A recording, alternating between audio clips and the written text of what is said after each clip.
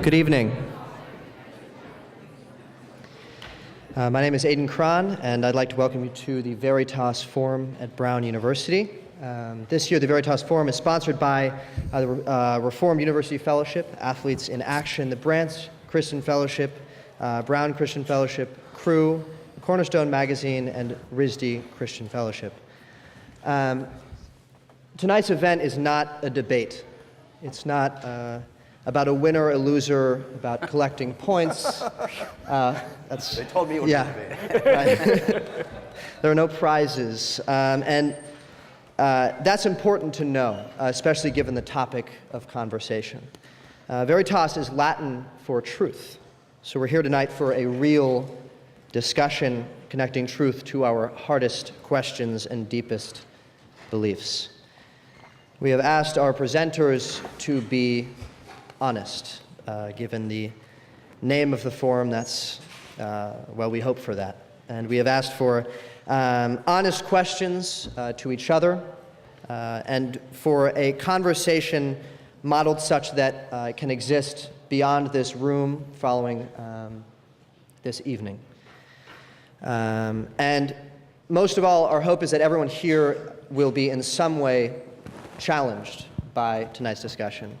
For those who identify as Christians in the room, we hope that our presenters tonight will force you to examine your faith with intellectual honesty and rigor.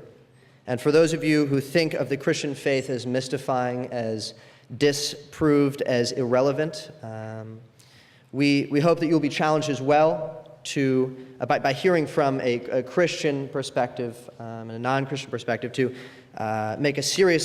understand a serious case regarding sort of moral values in Christianity and things like that. The Veritas planning team aim to create, there's a lot of people who put a lot of work into this event tonight, and the planning team aims to create events that are relevant, thought-provoking, and engaging to people of all backgrounds and beliefs. And right now, in the next 15 seconds, we're going to administer your help for that. You received a Veritas survey card for the next 15 or so seconds. We just ask that you fill out the first side of that. The second side we'll fill out afterwards. And I will do it as well, so I don't feel left out.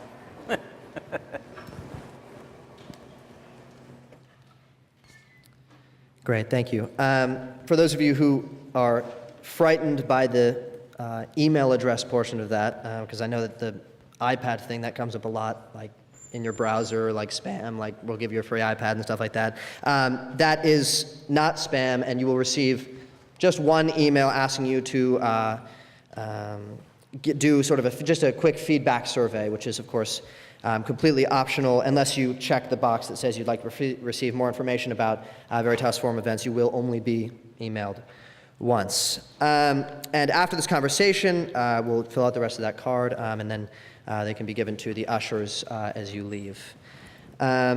So without further ado, I'd like to introduce our speakers and our moderator tonight. Our moderator tonight is Andrew Foster, who is a professor of economics and community health here at Brown. He received his PhD in economics from Berkeley.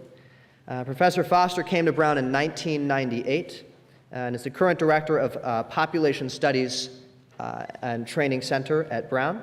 He is an empirical microeconomist working in the areas of population development and environmental economics. He has particular interest in sources of long economic and social mobility in low-income rural areas, an interest that has led him to do research in rural India recently.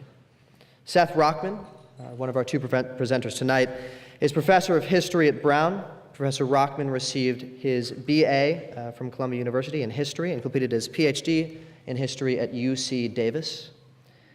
His 2009 book, Scraping By Wage Labor, Slavery, and Survival in Early Baltimore, won the Organization of American Historians Merle Curdy Prize, the Philip Taft Labor History Book Award, and the H.L. Mitchell Prize from the Southern Historical Association. Professor Charles Lee, the second presenter, is professor of management at Stanford University's Graduate School of Business. Professor Lee received his bachelor in math from the University of Waterloo and his MBA and PhD from Cornell University. He is also a senior academic fellow of the Asian Bureau of Financial and Economic Research and co-founder of the Nippon Capital Corporation. From 2004 to 2008, he also served as the managing director at Barclays Global Investors, which during his tenure held over $300 billion in active equity strategies. So a round of applause for our presenters and moderator tonight.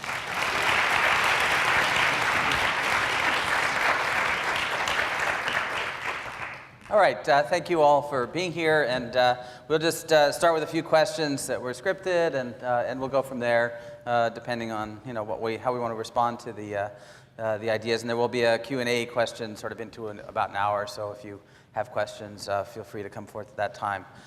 So let me just start with this. This is sort of about the American dream, and what is the American dream? People mention it all the time, and I think it's a lot of it, but it's about you start somewhere and you end up somewhere different, and usually the somewhere different you end up in is a place where we think of it as a success, something that sort of matters at least to somebody. And I want to start with Charles, just ask sort of how does he think about this idea of success and how it fits into the American dream? Okay, well, first of all, thank you very much for showing up. We weren't sure how many people were going to show up on a Wednesday night to see an accountant, a historian, and an economist, So we're grateful that you're here. Very mindful of your opportunity cost for being here. So I came out here just before I jump into the success. Let me tell you. So I'm from Stanford, and I learned a few things already. So your school is 121 years older than ours. Wow, very impressive. And then you have a motto, which was quite interesting. You guys know your motto? Indio what? Esperamos. Esperamos, that's how you pronounce it. Esperamos. That's pretty cool, right? But in God we hope, or something like that. So we put our hope in God. So that could catch on in Stanford, especially especially around exam time. So how's microeconomics? Well, Indio Stramus. So anyway, I'm really glad to be here and excited to talk to you about this topic. I think it's really makes a big difference how you think about success, because to a large degree, that's the way you chart your course for your life. So let me just begin by just asking a question. What do you think of success? Is success a good thing? Like, how many of you don't want to be successful? So I think most of us want to be successful, but what about a successful thief, or a successful liar, or a successful terrorist, right? Those are successes as well. I think when we think about success, we really have to think of it in terms of context, and it really has to do with how good, a success is the attainment of a goal, right? So the issue is how good your goal is in life. The success of a knife is to cut because it was designed to cut. The success of a racehorse is to run because it was bred to run. So what does success look like for a human being? That has a lot to do with what you think a human being is. It has to do with sort of really big questions about what life is about. The kind of questions that sort of the security guard asks you at night when he sees you, right? Like, who are you? What are you doing here? And where are you going? Stuff like that, right? Those are questions that we've asked ourselves. We may not know what the answers are, but it's important that we've asked. And in order to answer those most important questions in life, you need some sort of a worldview, some sort of a cogent, sort of metaphysical commitment to reality, what reality is and why we are here.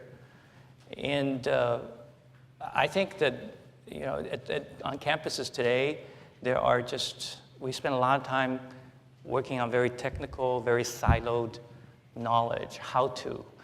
So I'm really grateful to be able to spend a night where we can spend a little time thinking about why, and what are the purposes that we should orient our lives towards. So I hope that we get some of that out. For myself, I'm a Christian, so I wasn't born a Christian, so I grew up in not a very religious family. My mom first became a Christian. My father was a very articulate atheist, and he's no doubt the smartest person I ever met. So I grew up very confused. So, I think when I was 24, through a sequence of events that when I look back, I can only call providence. Not all of it was enjoyable when I was going through it. I came to find myself discovering or being discovered by the God of the Bible. I found that I guess what the Christians call a conversion experience. So I became a Christian at 24, and it made a huge difference in just about everything else I've done since then. In terms of my career choices, who I choose to marry, how I decide to allocate my time. I don't know how much time we have, but I'll just leave it at that for now. All right. Yeah, I think that was really the kind of thing that we wanted to get a sense of. And Seth, you see this through the lens of a historian, and have worked a lot in the U.S. Context and so forth. How do you see success, or particularly in the people you study? How do they see success? Right. Well, let me first, again, thank you all for coming out tonight, and thank the organizers for allowing me to take part in this event. And the challenge had been to think about success, not necessarily in the abstract, but in its particular American instantiation, the American dream. And as a historian, the thing I have to ask always comes back to sort of, what is this thing called the American dream? How has it changed over time? What uses has it been put to? Whose interests does it work for? Whose interests does it work against? What does it reveal? What does it mask? And basically to think about this not as any kind of static thing where success is constant across time and space, but where the particular American version of success has a grounding in a particular American history. And this is where it gets complicated, and this is where it gets a little bit distressing in ways.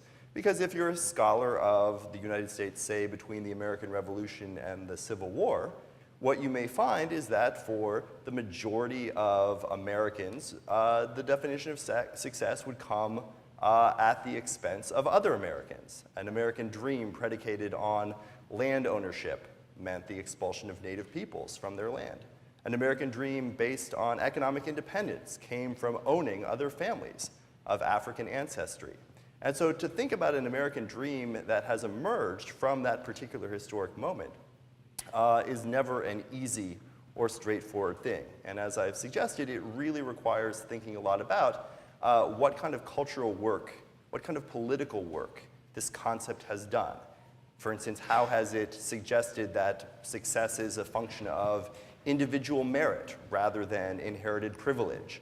How has it suggested that it is a function of the individual rather than society, as society has invested its money in public education or infrastructure or some of the other things that have allowed entrepreneurs and innovators to really succeed? So whenever I'm going to think about what success means, I have to embed it in this particular set of historical issues. But if I take a step back from that and try to make it a little bit more personal, I do think that if there is anything particularly American about an American dream, and why success here might look different from success in other parts of the world, where people too have aspirations to lead good lives, to achieve material prosperity, and so forth. I think that I would define the American dream as really coming down to the desire to have your children do better than you.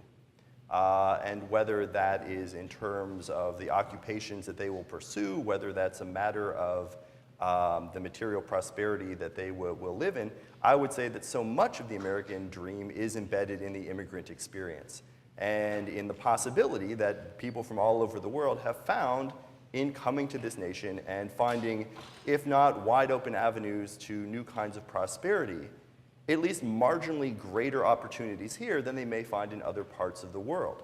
So if you were to say, for example, that in the United States, 90% of your likelihood of transcending the economic station of your birth is determined by the economic station of your birth. That is to say, inherited wealth will determine outcomes.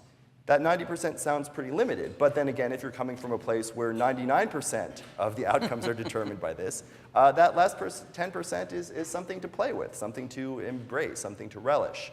You might say that the American dream here is like playing a lottery. Not very many people are going to win necessarily, but at least there's a lottery, at least there's a chance, and I think that is very compelling. But it always will, again, come back to the recognition that if you have an American dream that is predicated on opportunity for immigrant people, there are always going to be exclusions to that. There are always going to be structural impediments. There are always going to be ways in which some people have laid claim to privileges and prerogatives in the American experience that other people who perhaps have been here much longer have not been able to do so. When I think about my own parents, my own grandparents, my own great-great-grandparents, I think my great-great-grandfather probably was Tevye in Fiddler on the Roof. No, in all seriousness. And when he came to the United States and his son, thus my great-great-grandfather, could become a kosher butcher in Scranton, Pennsylvania, who spent his days up to his elbows in chicken guts, that was a step up. And when his son, my grandfather, could have a job in an office instead of working with dead poultry, this too was a step up. And when his daughter, my mother, could be the first in her family to go to college and graduate college, that too is a step up. And when her sons, myself and my brother, could graduate Ivy League schools, this too is part of that story. And I'd like to celebrate that story, but of course I also have to, as I think we must, take this step back and say, okay, this is great, but my grandfather working in an office had access to Social Security benefits that the African American men and women of his generation who worked largely in day labor and domestic service and farm work did not have access to because the rules of Social Security were set up to exclude them. Or that my father could avoid the draft because he had the cultural capital to claim graduate student deferrals in ways that other poorer people of his generation may not have had access to. Again, these kind of trajectories always have to be contextualized and grounded in the fact that the American dream, as promising and seductive as it is, has its limitations and is not something that is open to all people, and the degree to which we believe that it has tends to obscure many of the kind of structural impediments that continue to organize American inequality. So that's really, I want to bring this back to Charles a little bit because, if you listen to his characterization of the American dream, you've lived it. Your family came over from China and so forth, as I understand it. But on the other hand, when you talked about values, you tied yourself to a faith that is centuries older than the United States or the American dream. And I'm wondering how those two things fit together in your head, the sort of concept of the American dream, the immigrant experience that you've lived, and sort of what aspects of Christianity fit with that sort of specifically American story. Okay, great, thank you. So I was born in Taiwan, and I came over when I was really young. So I'm, culturally probably more North American than I am Chinese, but I am first generation. And when I think about the American dream, I think in terms of some part of it is aspirational, the opportunity. So we aspire to create a society in which people want to come here and people who work hard can do better. I think and when I think about my faith, I think that that's part of what's important to God, because I look at passages in the Old Testament like Amos, in which God cares a lot about justice and it cares a lot about people who are disenfranchised. So I think it's quite consistent with that. But I think the more important thing in my mind, and the reason why there was such a radical change when I became a Christian, life is about how you frame the question. Okay? So the issue is, how big is a question? And I think that social injustice is an incredibly important question. But there is perhaps a root cause for that. Well, where does it come from? Why are people inherently selfish rather than selfless? Should we just accept that and embrace that and say that's just the way it's going to be until we, so we can regiment it, we can regulate it, we can constrain it, but what is it going on inside that's causing all this problem? And for me, an awareness of faith, the faith that I have now, was the first time I really confronted that. And for me, the answer made a big difference. So I'm not saying that these social problems aren't important. In fact, I think that we should be working these out. But for me, when Jesus framed the questions, he asked very basic questions like, what about sin? What about death? What do you deal with? How do you deal with this stuff? Is it part of reality, and is it going to hang around as long as there's mankind? To me, those are some of the things that I think about when I think about my worldview. All right, so let me ask, while Seth was talking about his life or his generational history, something struck me that may have struck somebody else's. What about your daughter? Right? I mean, you've reached pretty close to the pinnacle of the sort of educational distribution in the United States, as have you, as fortunately have I. And when I think about our children, right, that they could satisfy your definition of success, strikes me as a bit problematic, at least if we think about it the way that you sort of framed it. And so I think, and all of you, yes, most of you are Brown undergraduates, you are also pretty darn close to the pinnacle of sort of American society. I don't think your children are going to be wealthier than you are. I certainly hope not. But I think the question... Unless you donate back to Brown, in that case it all works out. In any case, I think that what it sort of raises for me is, how can our children be successful? Do we have to have a construction of success that maybe isn't as tied to either moving up the educational food chain or moving up the wealth distribution? So, how do you think about it? I don't even know how many children, if you have children, but how do you think about that? I hope your daughter's not here. I don't want to embarrass her. But. No. I mean, I think this is a pressing question, and I think it does take us, as you suggest, to broader definitions of success, and that may take us, if we want to, speak in a more religious idiom, to questions of vocation, right? To come back to what the sociologist Max Weber had really laid out as an organizing principle of both capitalism and Protestantism. The notion of a calling, the notion of a vocation, the notion of a meaningful work that is not necessarily pegged to a particular monetary outcome, although that can always be good, but rather that provides meaning. And I think we see that in students at Brown and other elite educational institutions right now, who are thinking rather capaciously about what they want their lives to look like. And that while the allure of a consulting job with McKinsey is very exciting, so too is the idea of going to Brooklyn and making artisanal pickles.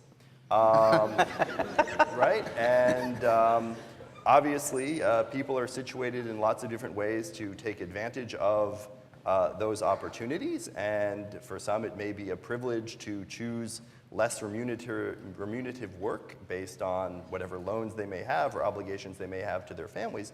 But I think people, by and large, have thought and are thinking quite constructively about meaning, about vocation, about calling, in ways that transcend simply getting a good job upon graduation.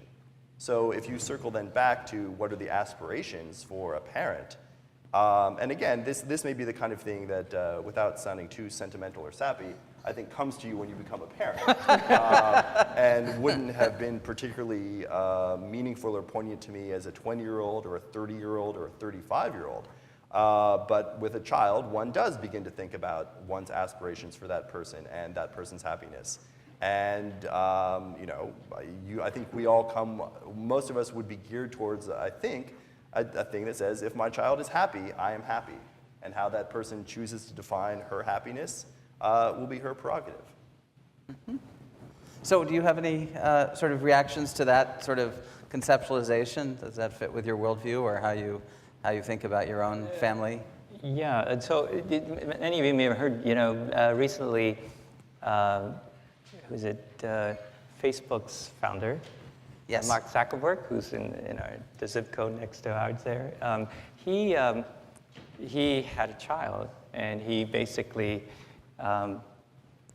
wrote a letter to his new child daughter and said, I commit to donating 99% of my wealth.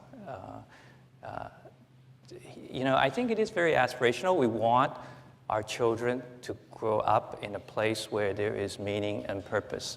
And I think it does tell you a lot when a person looks at a child and says, what is the hope of mankind? What is the future I want my child to grow up? I don't want my child to grow up thinking I'm a billionaire because I happen to, invent Facebook. I want them to remember that there are people who are willing to give away 99% of their wealth for other people.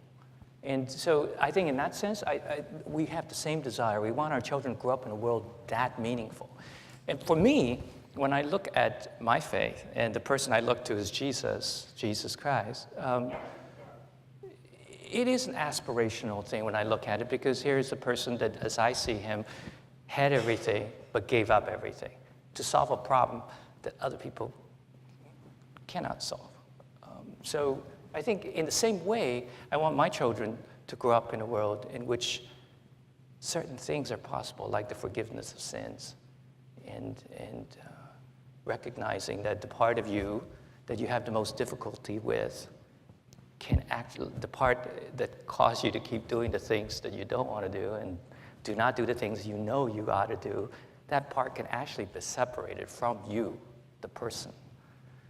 To me, that's a pretty tall order, but that's what God's for.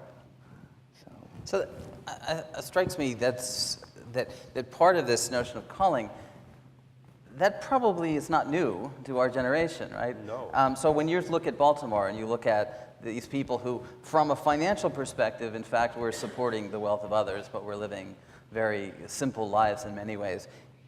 Was there a sense of satisfaction or success that came from meeting a calling in the context of the life and church, for example, that they were a part of? Right. No, that's an enormously difficult question to answer historically, because of course getting access to the interior worlds of people on the margins of society, women, people of color, poor people, this has always been a problem. The silences of the archives echo loudly and make it very difficult to reconstruct the internal lives of people who, in the case of enslaved African Americans, are legally denied literacy.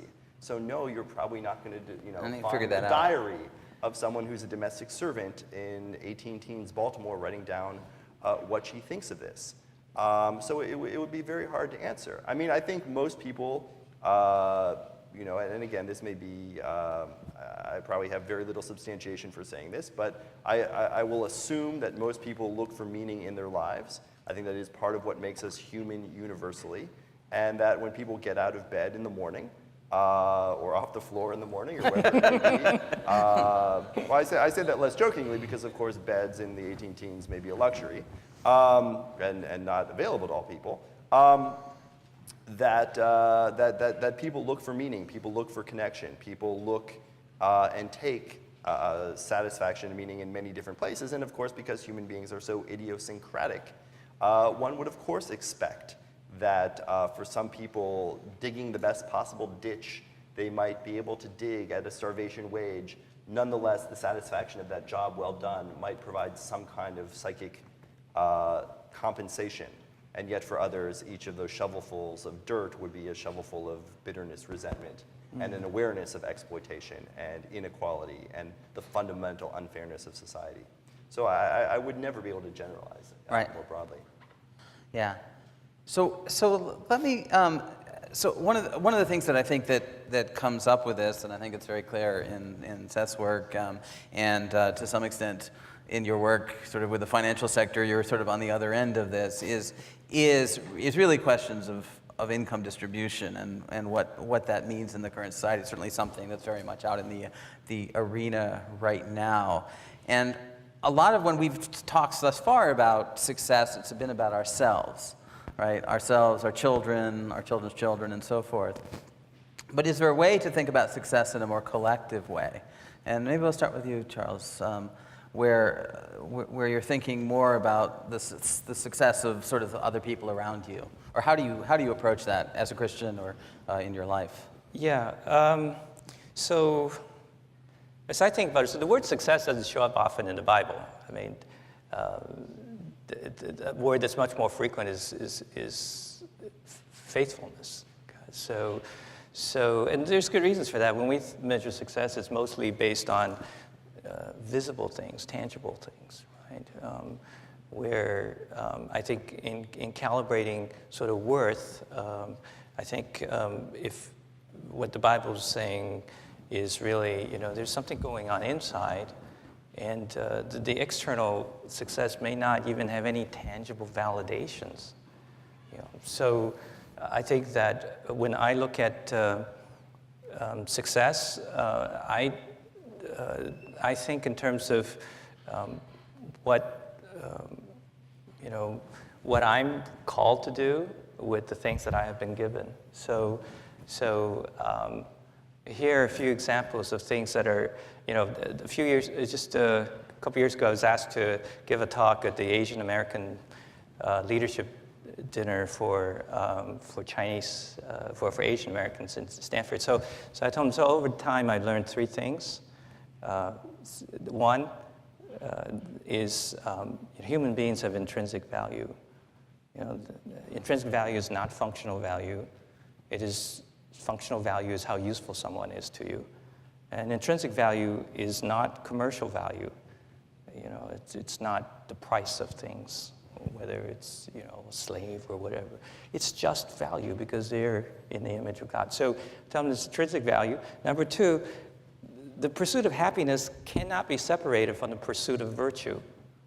Okay? If you try to be happy without trying to wrestle with this deeper question of what it means to be good, then you're going to find yourself in a very selfish corner in which you have neither. Okay? We have to wrestle with what good means in order to actually even find happiness. And the third thing I told them is to invest in the success of others around you. Because, the ironic thing is it's counterintuitive, because you think that if I invest in the success of, people beside me, I'm going to look worse by comparison. But my experience and my faith tells me that that's just not the way it works. In fact, some people seem to have green thumbs. Everything around them grows. Every life grows. When everything around you is green, you're going to be okay. And I learn all these things because I look at someone like Jesus and the way he lived, and I take seriously what he says about himself. These are direct corollaries. If God became man, lived among us, we have to have intrinsic value. I have it, and so do other people. And if God became man, then pursuing happiness, and he made me, then the pursuit of happiness without thinking about what he wants is ridiculous. It wouldn't work. And finally, if I invested in others, that's what he did. One reason why, the PhD program at the business school at Stanford is highly rated. And what I have seen is that the professors there, they recklessly invest. And when I looked at this, and I said, well, they're not really counting any costs. Basically, it's just an investment. They just keep going. And after a while, it's just a legacy. And to me, when you first do that and you start counting cost, you won't get to that equilibrium because the cost is so overwhelming. The equilibrium is beyond reach. But when you actually have just a little bit of faith and you say to yourself, this is going to work out because this is the right thing to do whether it works out or not. Well, it turns out that it works out. It actually works out in more than one dimension. Right. So can you think a little bit about this? To what extent in the populations that you've studied there is a sort of attention to how an individual's success is defined by the role that they play in helping others, right, or in changing things for others? Well, I mean, to take a step away from the historical, just to the present, right? We all have to imagine the boundaries of our communities and our collectives. Whether we consider ourselves members of a university and that is the size of the community in which we seek to make a difference, whether it is our city, our state, our county, our nation, or a kind of global citizenship, right? Then the capacity to imagine how one improves the world and what a kind of collective success looks like, those are obviously going to change according to scale. I mean, I think, in our current political moment, we are very interested in security, in safety, and these can be defined in some senses of someone's fear of ISIS terrorists and someone else's fear of the Brown University police. And what these things may have in common is a broad sense of insecurity. And to the extent that we can create a world or create different kinds of communities, kinds of collectives, whether again within an institution, whether within the city limits, within a state, within a nation, within a broader global community, of creating a space in which human beings are able to achieve their potential, in which human beings are able to pursue their aspirations and their dreams without having fundamental issues of security or insecurity hanging over them. I mean, I think this is how I would define a successful society.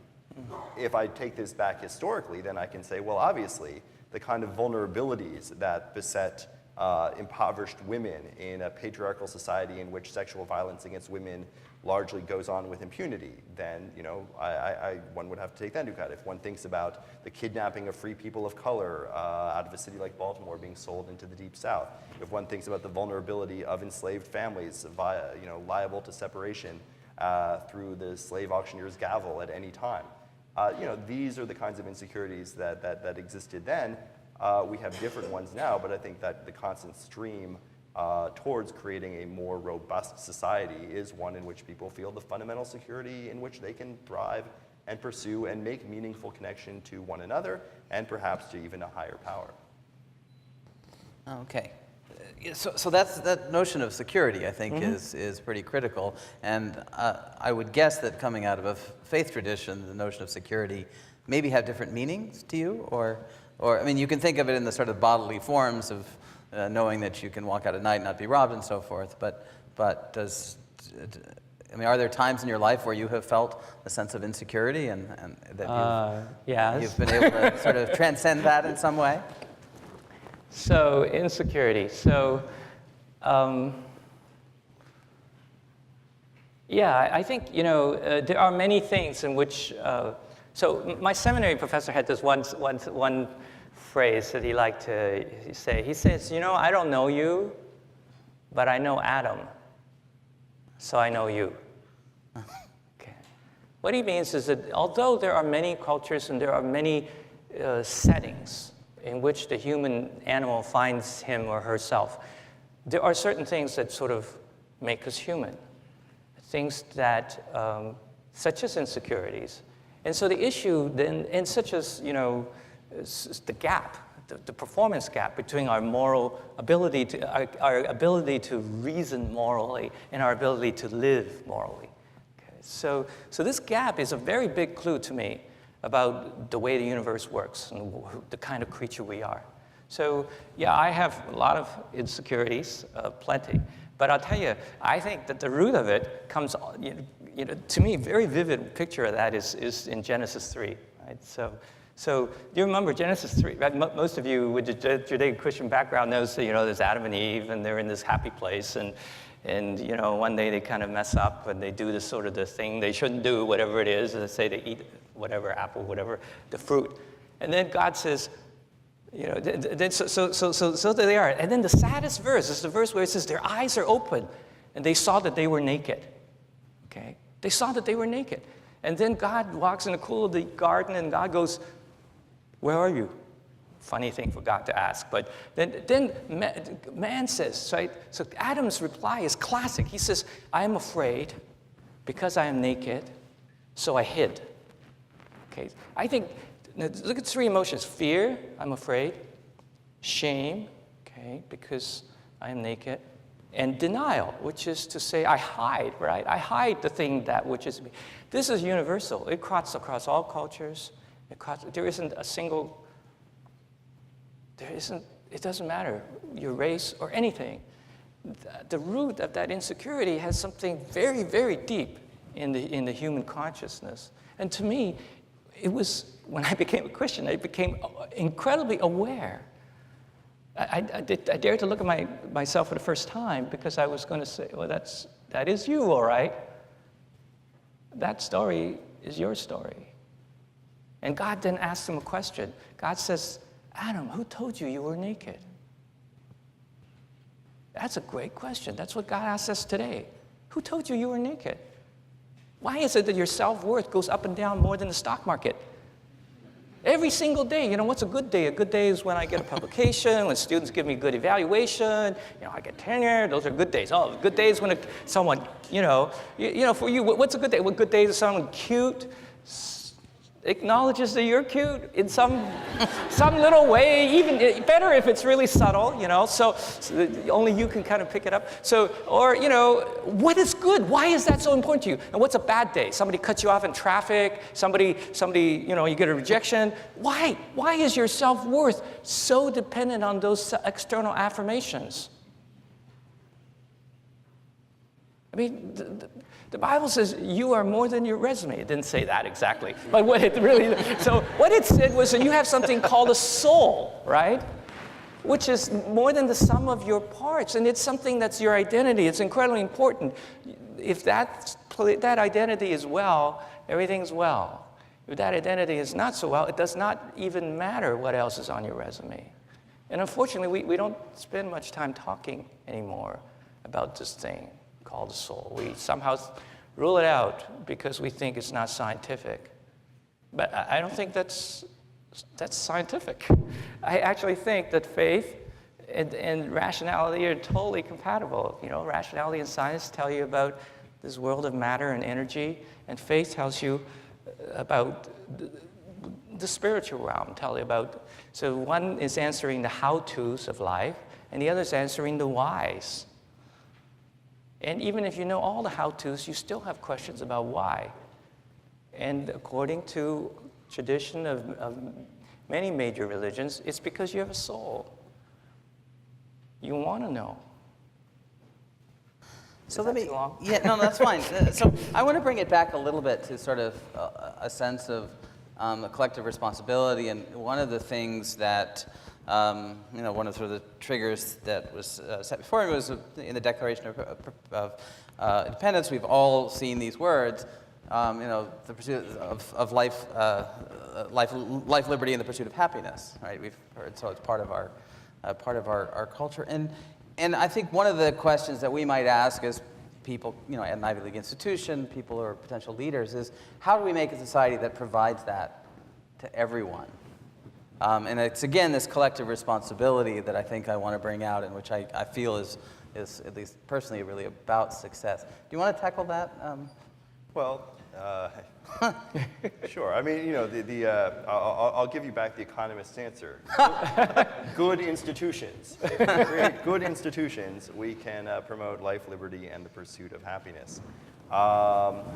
But no, there's no question that it goes beyond simply having the protection of private property entrenched in your laws, or having recourse for the enforcement of contracts, or having protections for civil liberties, or to protect people from indiscriminate and arbitrary violence. I mean, all these things matter a great deal and are part of the good institutions that create the basis for a society organized around life, liberty, and the pursuit of happiness. But clearly there has to be something more spiritual. There has to be something more introspective. There has to be some sense of collective purpose, some sense, in I think the Jewish tradition of tikkun olam, of trying to heal or improve the world. Societies that have some sense that the world can be made better. This is quite important. And of course, it's worth knowing that, of course, many societies across time and across human history have had no reason to expect that tomorrow was going to be better than today, which is better than yesterday, which is better than the day before. And in some ways, this may be a uniquely American idiom, a uniquely American way of looking at the world, with a constant set of expectations that tomorrow is always going to be better, that the future is going to improve, that there will be more opportunity, more prosperity, more stuff, whatever it might be. And I think that notion of a forward-looking society in which the best days are always yet to come, as our politicians tell us, as our civic culture tells us, this does help create the basis for a kind of common purpose towards achieving these elusive goals in the Declaration of Independence. But I think at some point, too, we do run up against our limits. And I think in the United States in 2016, where the hollowness of some of that rhetoric is being made manifest in political campaigns that may demonize immigrants, when the reality of inequalities and the foreclosing of upward mobility for significant portions of the population may seem to in fact suggest, as you did earlier, that our children may not do better than we have, and that the next generation may be the first in American history to have a declining standard of living. This is serious. And at that point, of course, then it becomes more the obvious or the more important to interrogate the work that the American dream is doing as rhetoric compared to a blueprint for reality.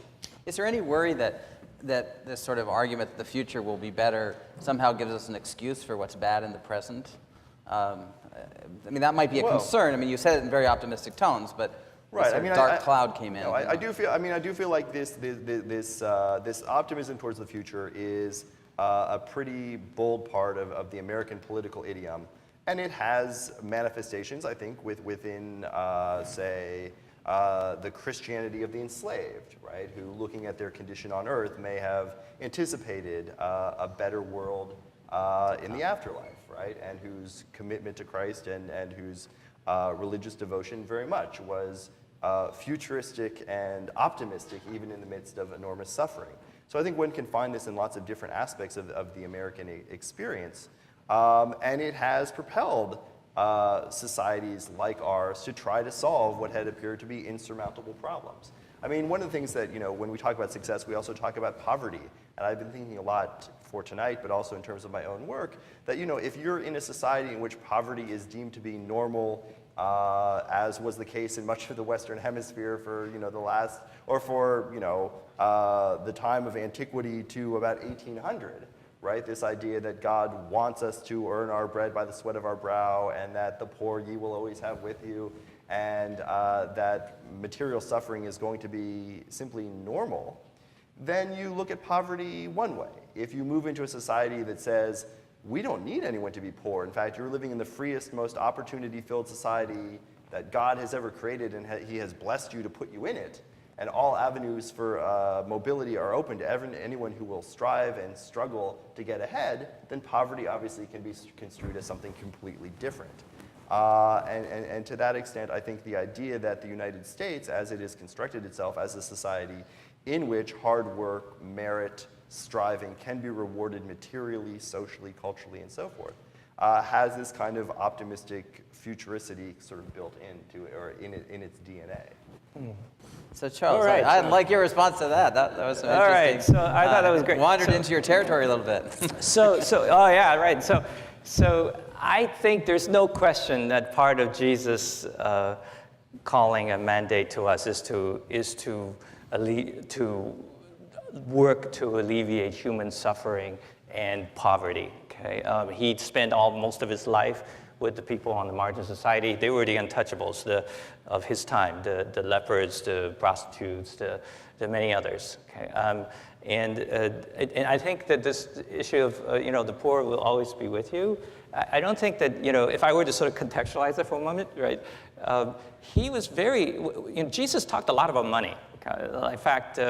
1 in every 10 verses in the New Testament, in the Gospels, is about money. It's 16 out of 38 of the stories he told is about money. But who's counting?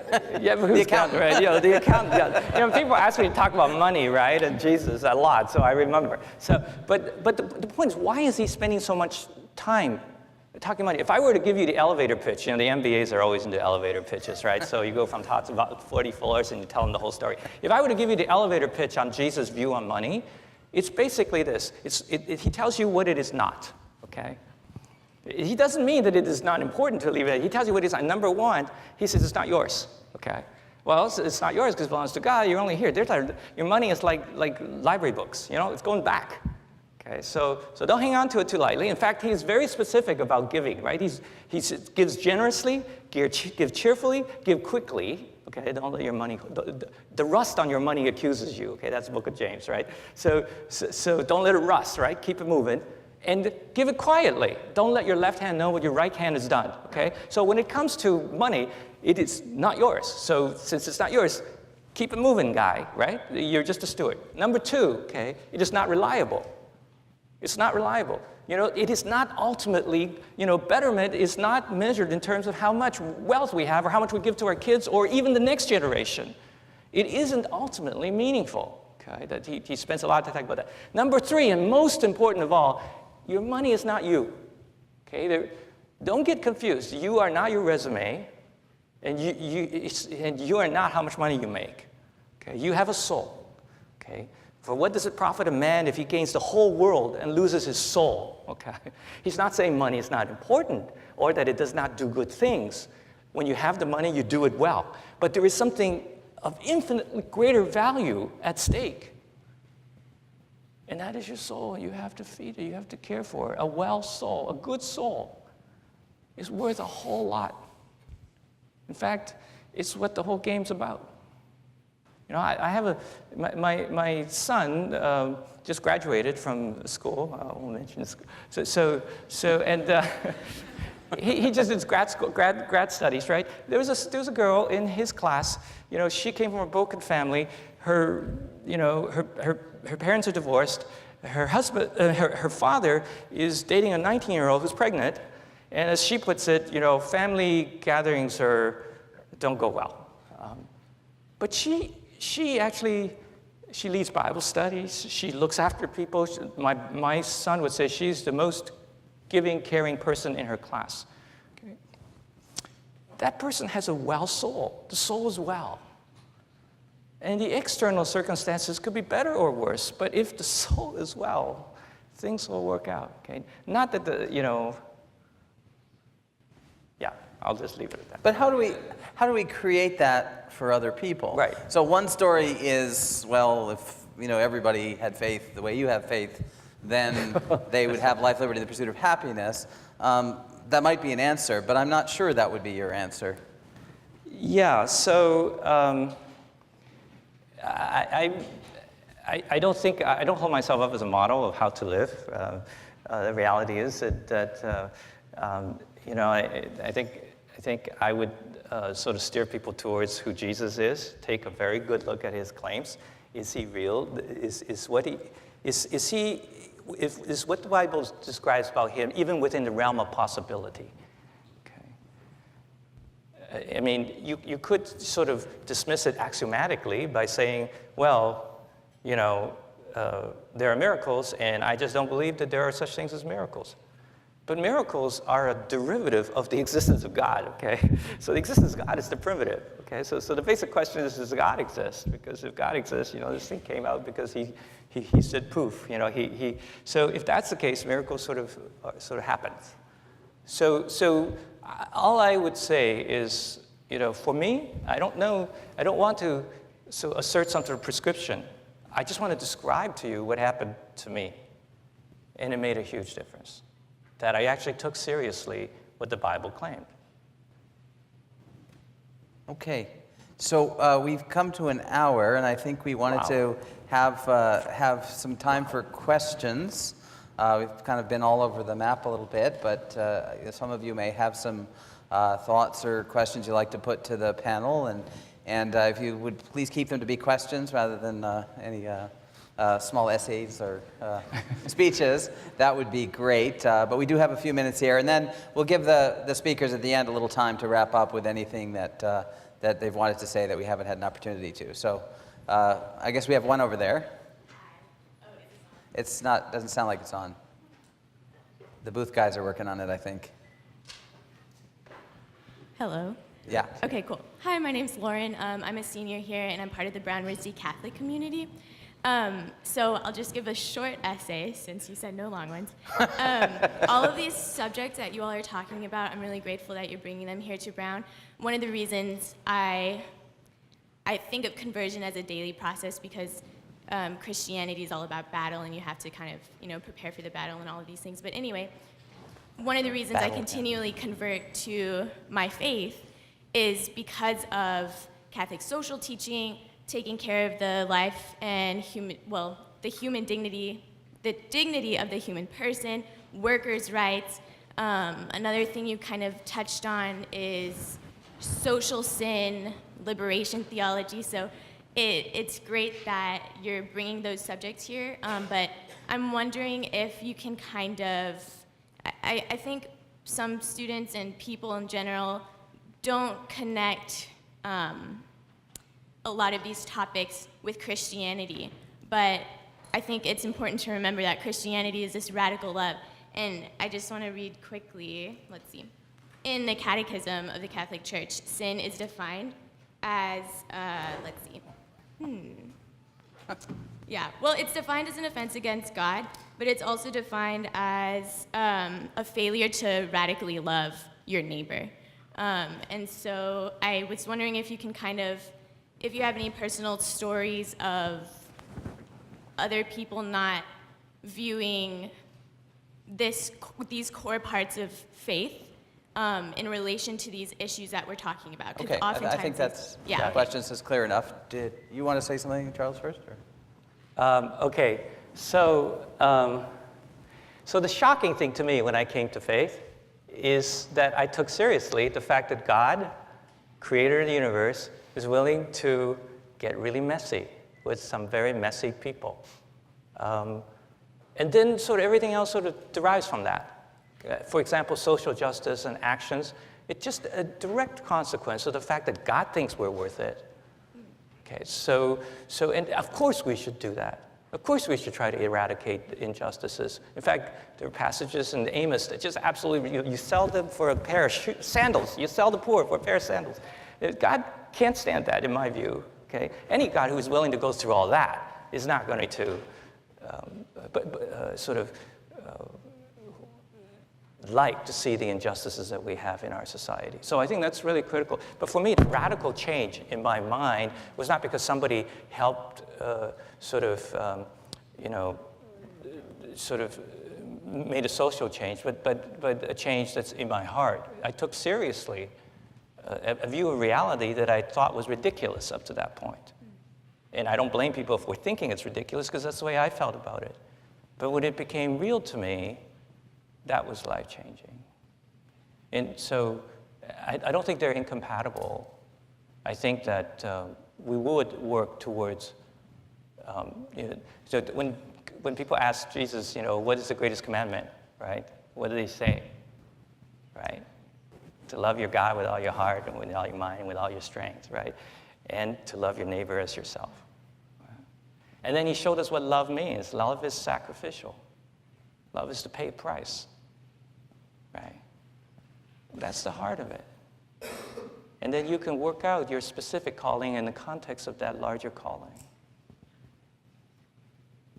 So was the church sort of essentially involved in social justice and sort of post-revolutionary America? It could be.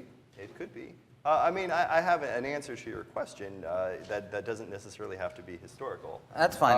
But obviously, think about the enthusiasm that Pope Francis has generated globally. One of the first people until Bernie Sanders to actually talk about capitalism, right?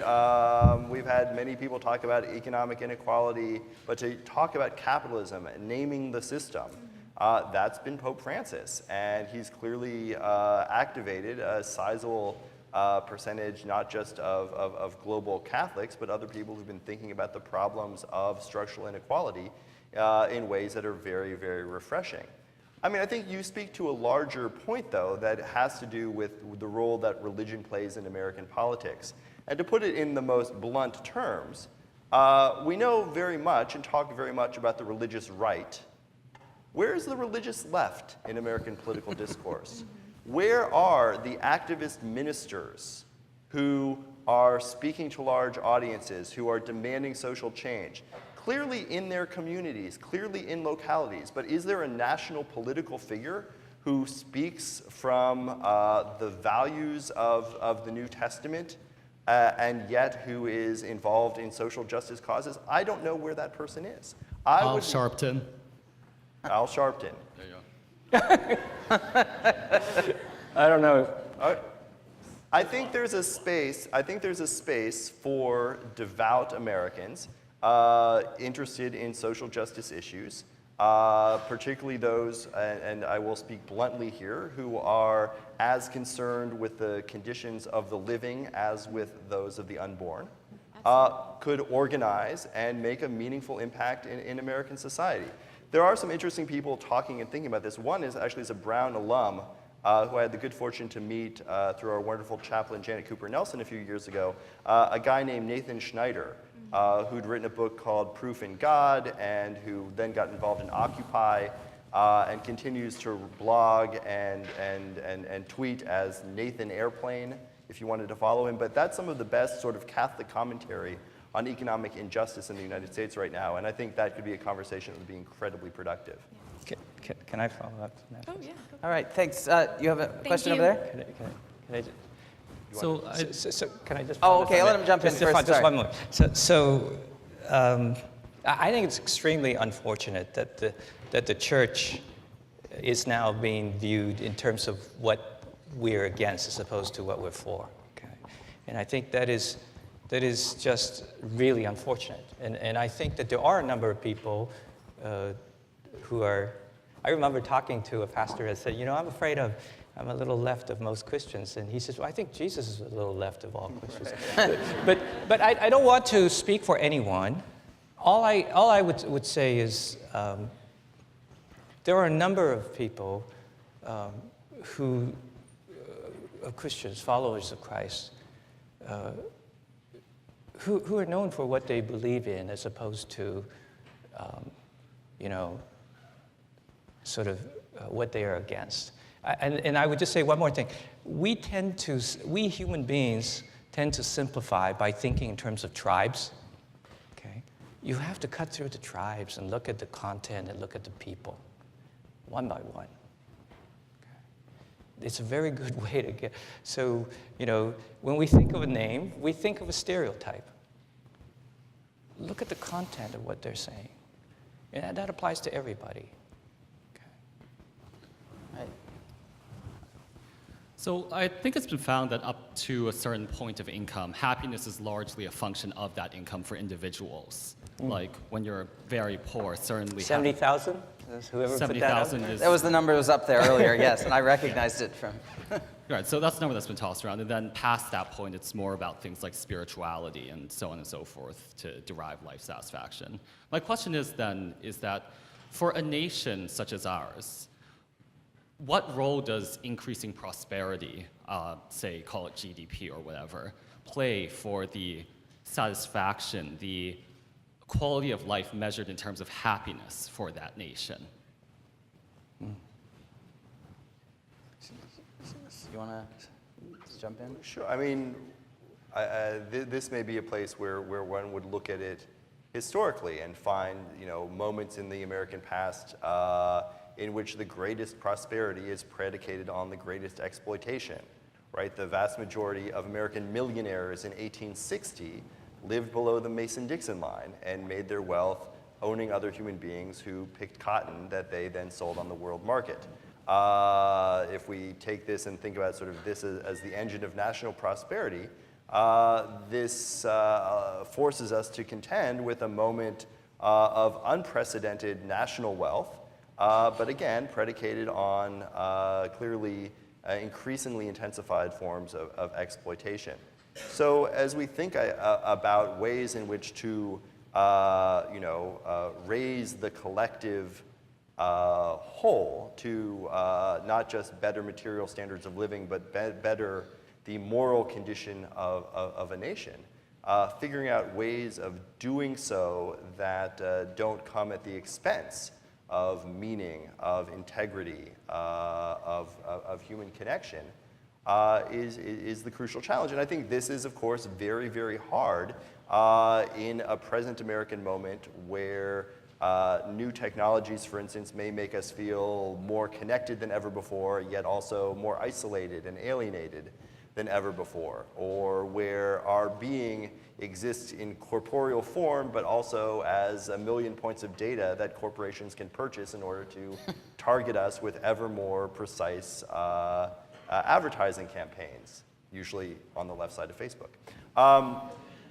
I think this is where our dependence upon technology, our dependence upon the new, our dependence upon just because you can build an app for that doesn't mean you should build an app for that.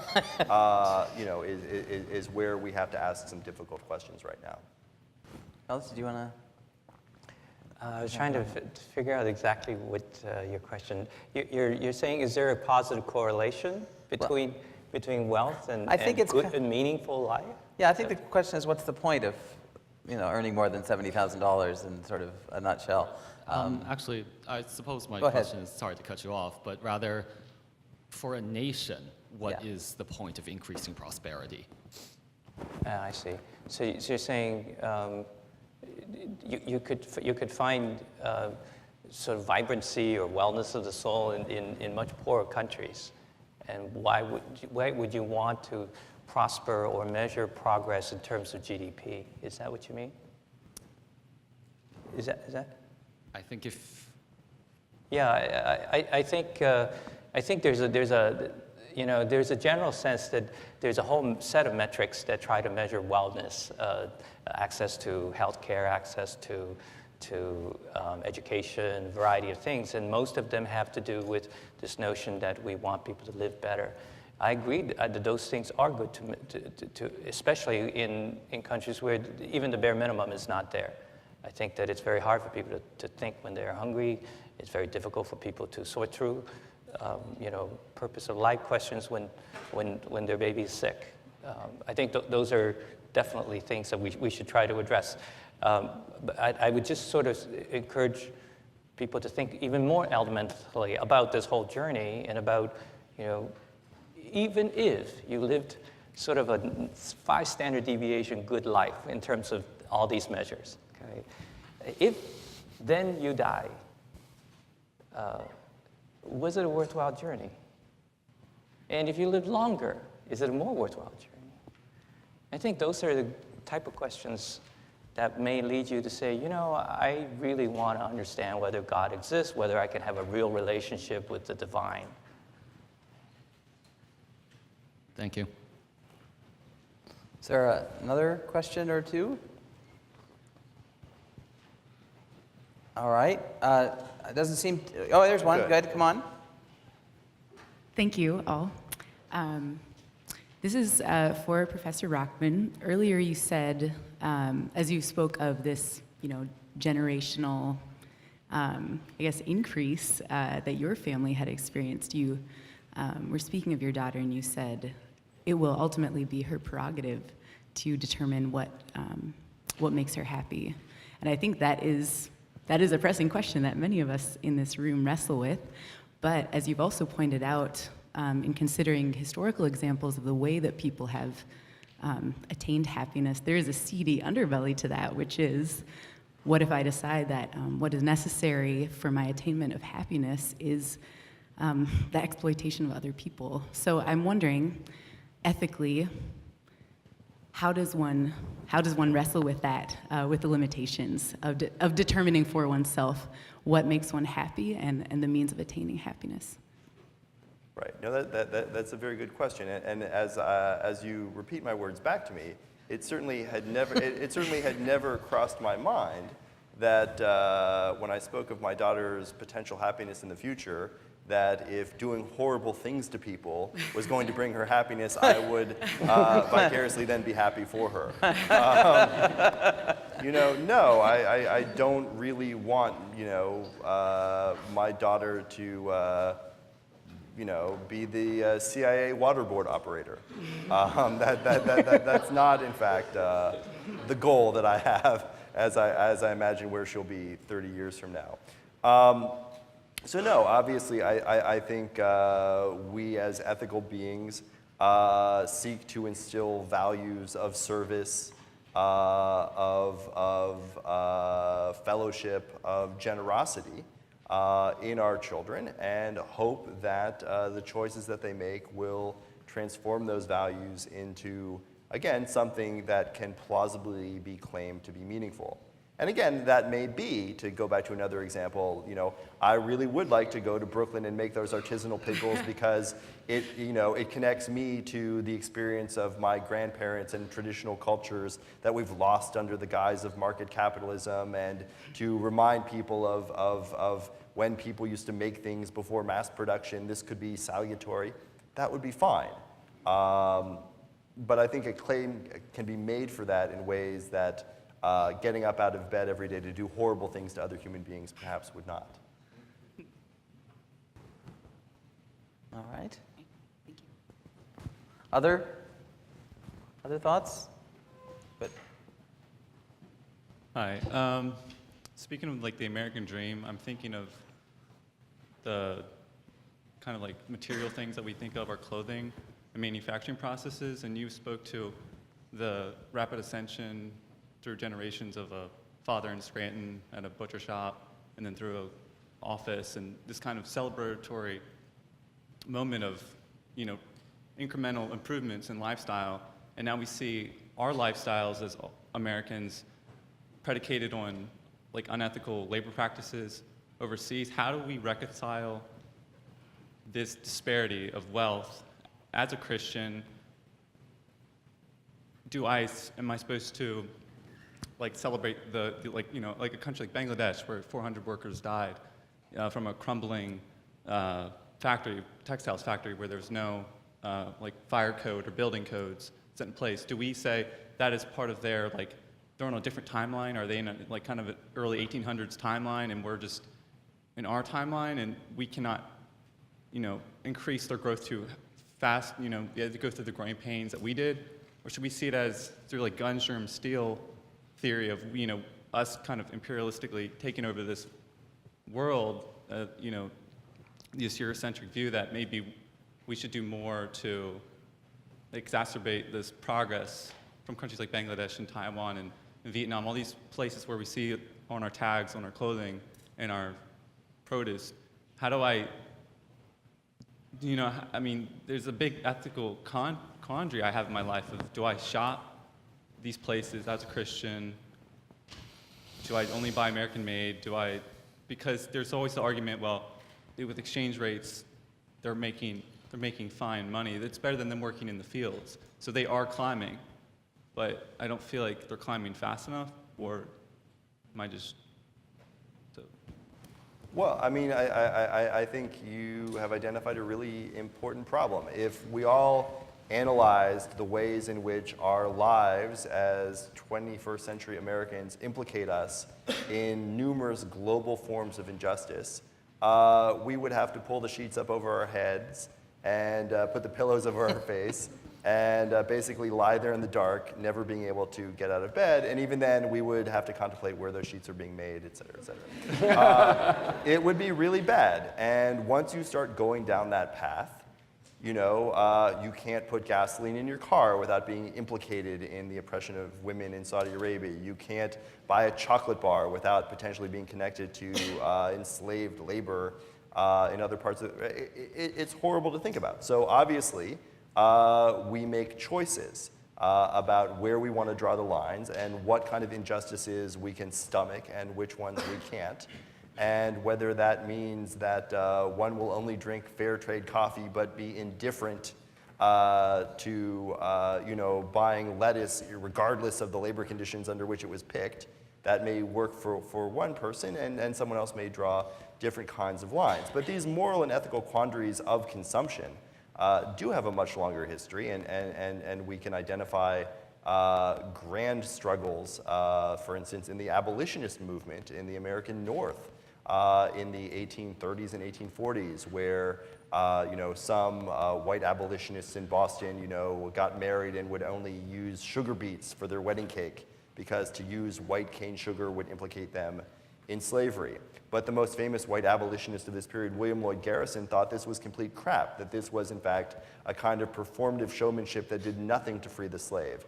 And so while many of his colleagues were refusing to wear cotton clothing unless it could be certified as free labor-grown cotton, he said doing this doesn't free a single slave, and that the performance of your virtuous consumption is meaningless if you are not out there trying to convert people to the cause overthrowing the political system and affecting the emancipation of enslaved people. So even then, I take that as an example to say, okay, so we cut ourselves off from wearing t-shirts that may have been made by exploited laborers in Bangladesh, and we decide that we're not going to buy this brand of this. Is that enough of a difference? And again, I think each one of us has to decide for ourselves. But again, I think the most important thing, and I think this is something that this generation is incredibly attuned to, is the way in which our global citizenship implicates us in a very tangled set of relationships between producers and consumers, relationships that can't merely be reduced to the economic, but must always be understood as deeply, deeply ethical, moral, and political. Charles, do you want to? Yeah, so I think your questions are great. I'm so glad that you're asking these questions at a place like this. I think that your generation has some hope because people are asking these questions.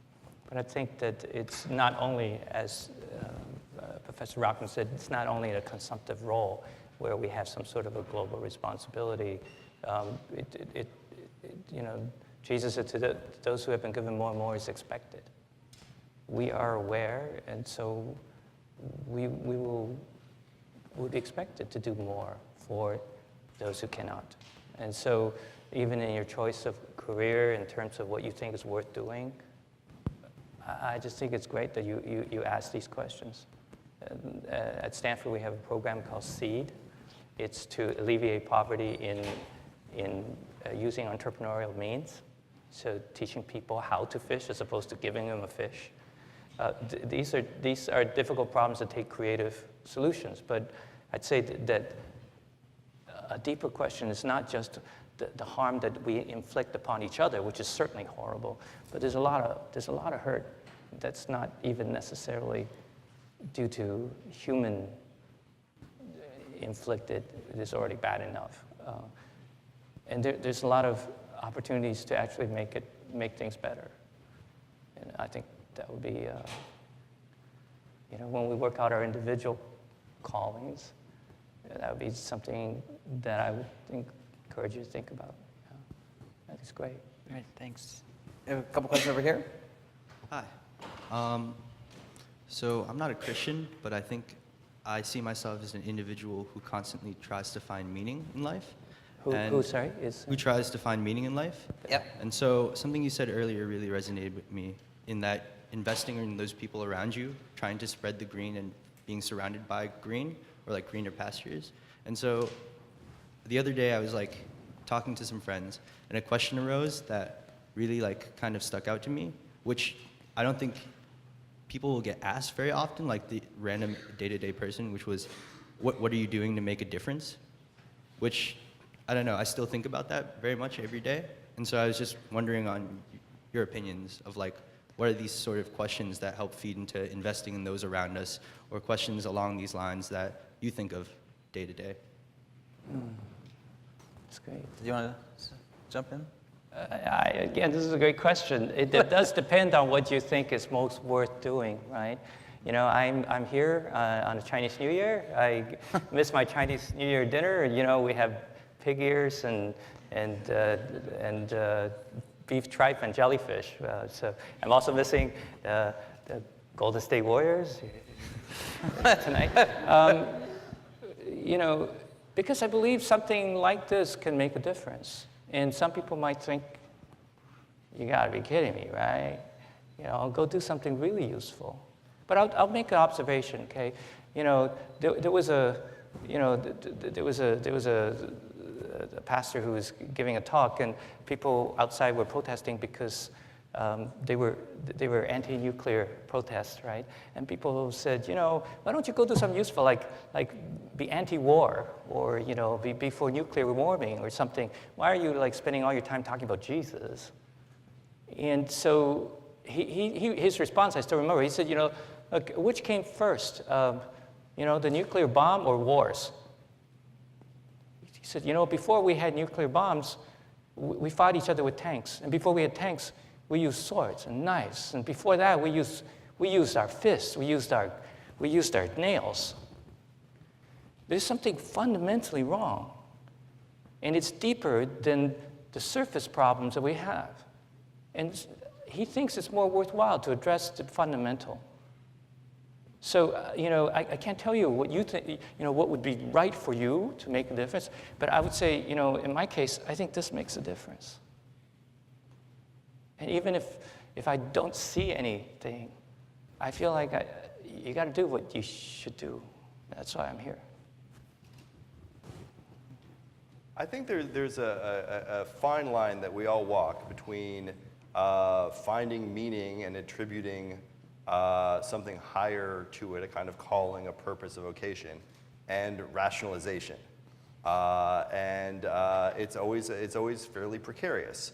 So, right, I mean, the 23-year-old management consultant who's overseeing, career employees losing their jobs in the name of efficiency can, of course, say, but I am doing important work, I'm creating efficiencies in the market, and this is ultimately good for society in the long run, even if there may be certain kinds of dislocations. And that person lives with that, say, balance between self-delusion, rationalization, and, of course, meaning. I think for myself, I clearly approach history from a social justice perspective, but writing books about poor people in the 1790s doesn't put food on very many people's plates today. It doesn't change labor conditions for exploited workers. It is not the fast track to, making capitalism less exploitative. If I really were honest with myself and said that those commitments were first and foremost, I would have to leave this position and become a labor organizer. I would have to do other things that would put me on the ground and have a more explicit politics. There is a certain kind of luxury to getting to talk about the past and thinking that parables from the past may be useful for adding complexity to the way that we understand the world today, and I have come to be able to live with that. I have no illusions or delusions that being a radical historian is the same thing as being a radical. But some of my history colleagues absolutely do and recognize that the claims that they're making on telling the truth about the past are crucial interventions in changing the world. We will disagree about that. But I think the tensions that you're identifying are tensions that all of us through our careers will always encounter and always engage. And particularly if you find yourself good at something and doing it well, it can become incredibly comfortable. And it's precisely at that moment when the kinds of rationalizations that, oh no, this is important work, set in, and one has to be, I think, most careful of. Yeah, that's great. That's great. One more question, and we'll have the speakers. You didn't have a question. Did you have a question, or you? Yes. Go ahead. You were going back to how you were talking about the trade-off between efficiency and kind of like, at the expense of displacing these people. Kind of in the macro scale, how would you, we're slowly, as an engineer, kind of my motivation is to get better at, the craft, improve on it. And it's inevitable that eventually, maybe even within my own lifetime, that's going to have like some real ramifications, right? Because eventually it's going to get to the point where we're going to start to approach, a lot of the jobs we've kind of said that these jobs, like, they need to be protected. There needs to be social welfare to support these jobs. How are we going to balance those, especially considering that it's kind of like a tenet to the inherent value of humanity that you were talking about? What do you think the outcome's going to be in the end? Will it be that society will function with less labor on humans, or could it just go horribly wrong? How do you see that playing out? Yeah. So if I venture into this for a little bit,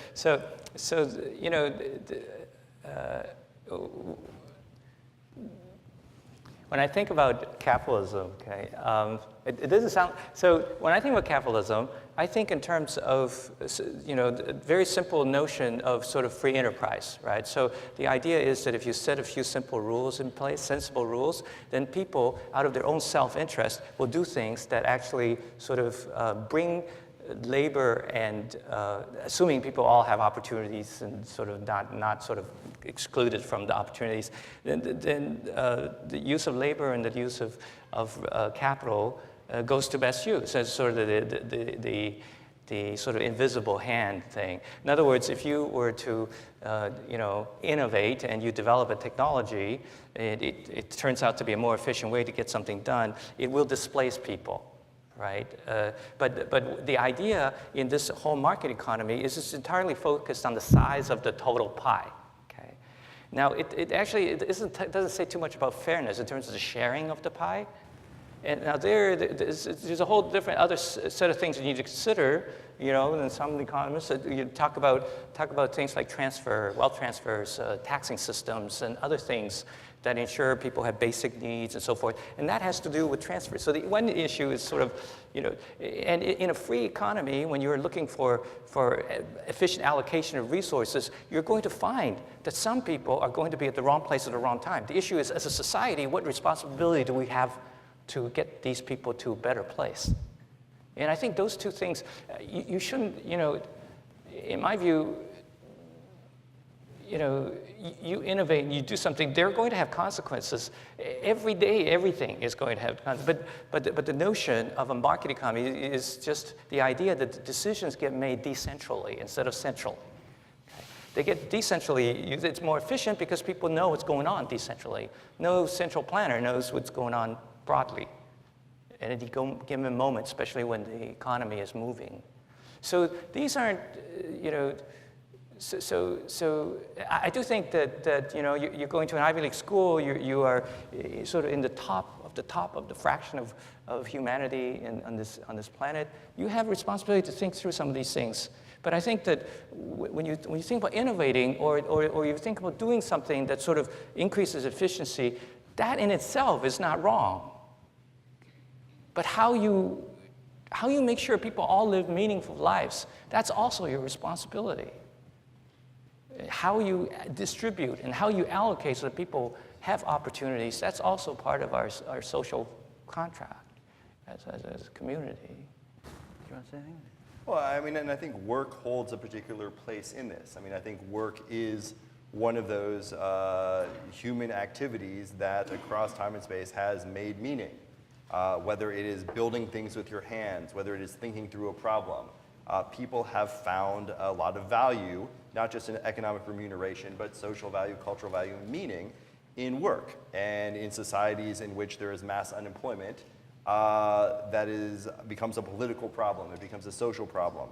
And for much of the 20th century, right, leading economic thinkers like John Maynard Keynes really were very clear that employment is a crucial part of the social contract and that the state, for its own longevity, but for the betterment of all, must make a commitment to seeing people employed, because if changes in industry, whether rapid accelerations of technology or slowdowns in the economy that create massive unemployment, that the social consequences of this are simply too great. And this runs through the teachings of Peter Drucker, the father of modern management, thinking about the ways in which industrialization can lead to a kind of alienation. Over-reliance on technology can be disenchanting and create a kind of nihilistic future in which the kind of godless capitalism is as dangerous as godless communism, and therefore it's crucial to create meaningful structures at the workplace so that people feel a sense of ownership over the labor, over their time, over the ways in which they spend their days, even if they're laboring to make widgets for someone else's enrichment. And to this extent, I think we have a body of scholarship and experience over much of the 20th century around the degree to which there has to be a social commitment or a political commitment to employment, perhaps even at the expense of certain kinds of efficiencies, because those efficiencies may be, in fact, quite meaningless if there's social breakdown based on mass unemployment. So all of this stuff is clearly in tension. All right, let me just give the speakers a couple of minutes just to figure out if there's one take-home point, what they want you to be thinking about when you walk out the door. Seth, do you have something that sort of summarizes the Having served as the wet blanket for the evening, the Donna Downer of this conversation, I think the thing that I would simply say is that, the struggle, the contest between God and mammon about spiritual fulfillment and material fulfillment is incredibly old, and it is one of the most robust conversations within the Western theological, political, and cultural tradition. And so that for those people in this room who are actively struggling with these kinds of issues and trying to figure out how to reconcile aspirations to material success with the desire to lead a fulfilled or devout life, there are many places one can go, and whether that is back to the Bible itself, in which these issues are clearly getting thought through and worked out, or, as I would argue, through history, whether reading about Quakers in the 18th century or the writings of Brown's president Francis Wayland in the 1820s, 30s, 40s, and 50s, who as both the national leader of the Baptist Church, but also the nation's preeminent political economist, devoted a vast amount of his writing to thinking about how to organize and reconcile the claims of the economic with the claims of the moral and the theological. If you have time, go to the Hay Library, call up some volumes of Francis Wayland, Elements of Moral, what is it? It's the Elements of Moral Psychology. No, you'll find these, or the Elements of Political Economy, or any number of other tracks, on Josiah. Spend an hour with this stuff and recognize that you are in the midst of an ongoing conversation, one that has bedeviled the greatest thinkers of many generations, but also recognize that here at Brown University, you are heir to a particular way of thinking through, talking about, and examining these questions. So if I had one take home, I'd say make it Francis Wayland. All right, thank you. Charles. All right, so so just to follow up with that a little bit, the Bible teaches that, things like money or your resume, they themselves are not intrinsically valuable. Okay, so they don't have lasting meaning. But just think of these as all zeros. Okay, so your good looks is a zero. I don't mean literally, but it's a zero. Your resume is a zero. Your Brown degree is zero. They're all zeros in the absence of real ultimate purpose, like God or so. But if there's God, if there's God in your life, you can put a 1 in front of it. Then all these zeros become significant digits. They become useful. Okay, so it's not about poverty. There's nothing pious about being poor. Okay, it's all about priority. Okay, in other words, what do you put first in your life? What really matters? Okay, and so let me just end with a story. Okay? A little over a year ago, my daughter was driving down the highway, and her car started to smoke up. So her engine is just all smoked up. She pulls over because she was in a freeway, and fortunately she got near an exit and she pulled up, and then she had to get the car towed. And when she got to the body shop, the news was grim. It was either a blown head gasket or the engine had cracked. And but then the next day, she sent me a text, and on the text was attached a photo. And it was a photograph of a very crumpled up old invoice. It was the invoice for the purchase of that car. We bought it secondhand. And on it, it said, guaranteed for all engine problems for 4 years and 45,000 miles. And it had the odometer meter from the time when we bought it, and it was within 4 years.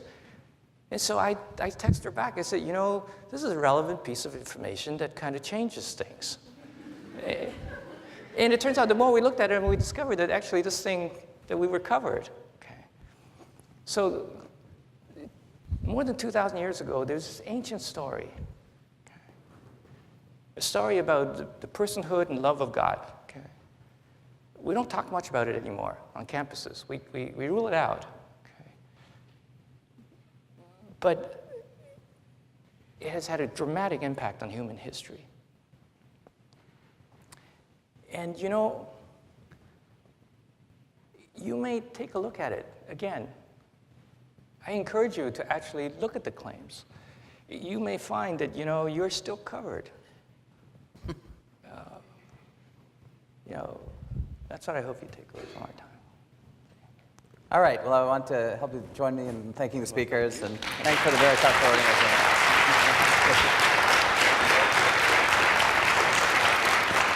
So there's a reception back there.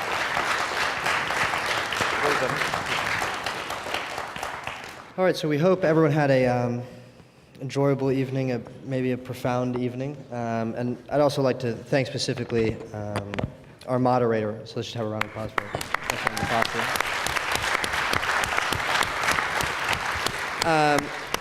as he said, there is a reception. If that word is boring, there's also free food, and that's usually more exciting. And if you want to speak to the professors, they may stick around for a few moments afterwards if you have any quick questions.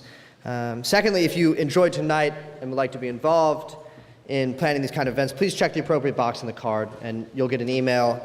The Veritas Forum is national. It's huge, and it hosts events all over the U.S. in the Northeast region specifically. We've got, coming up is Vermont, New Hampshire, Amherst, Wellesley, Williams. It's a lot of different schools. So you can find more information about this at veritas.org.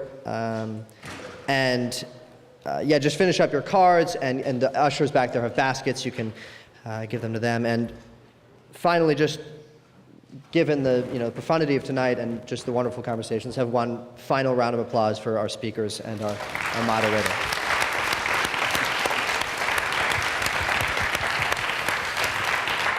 And that is all.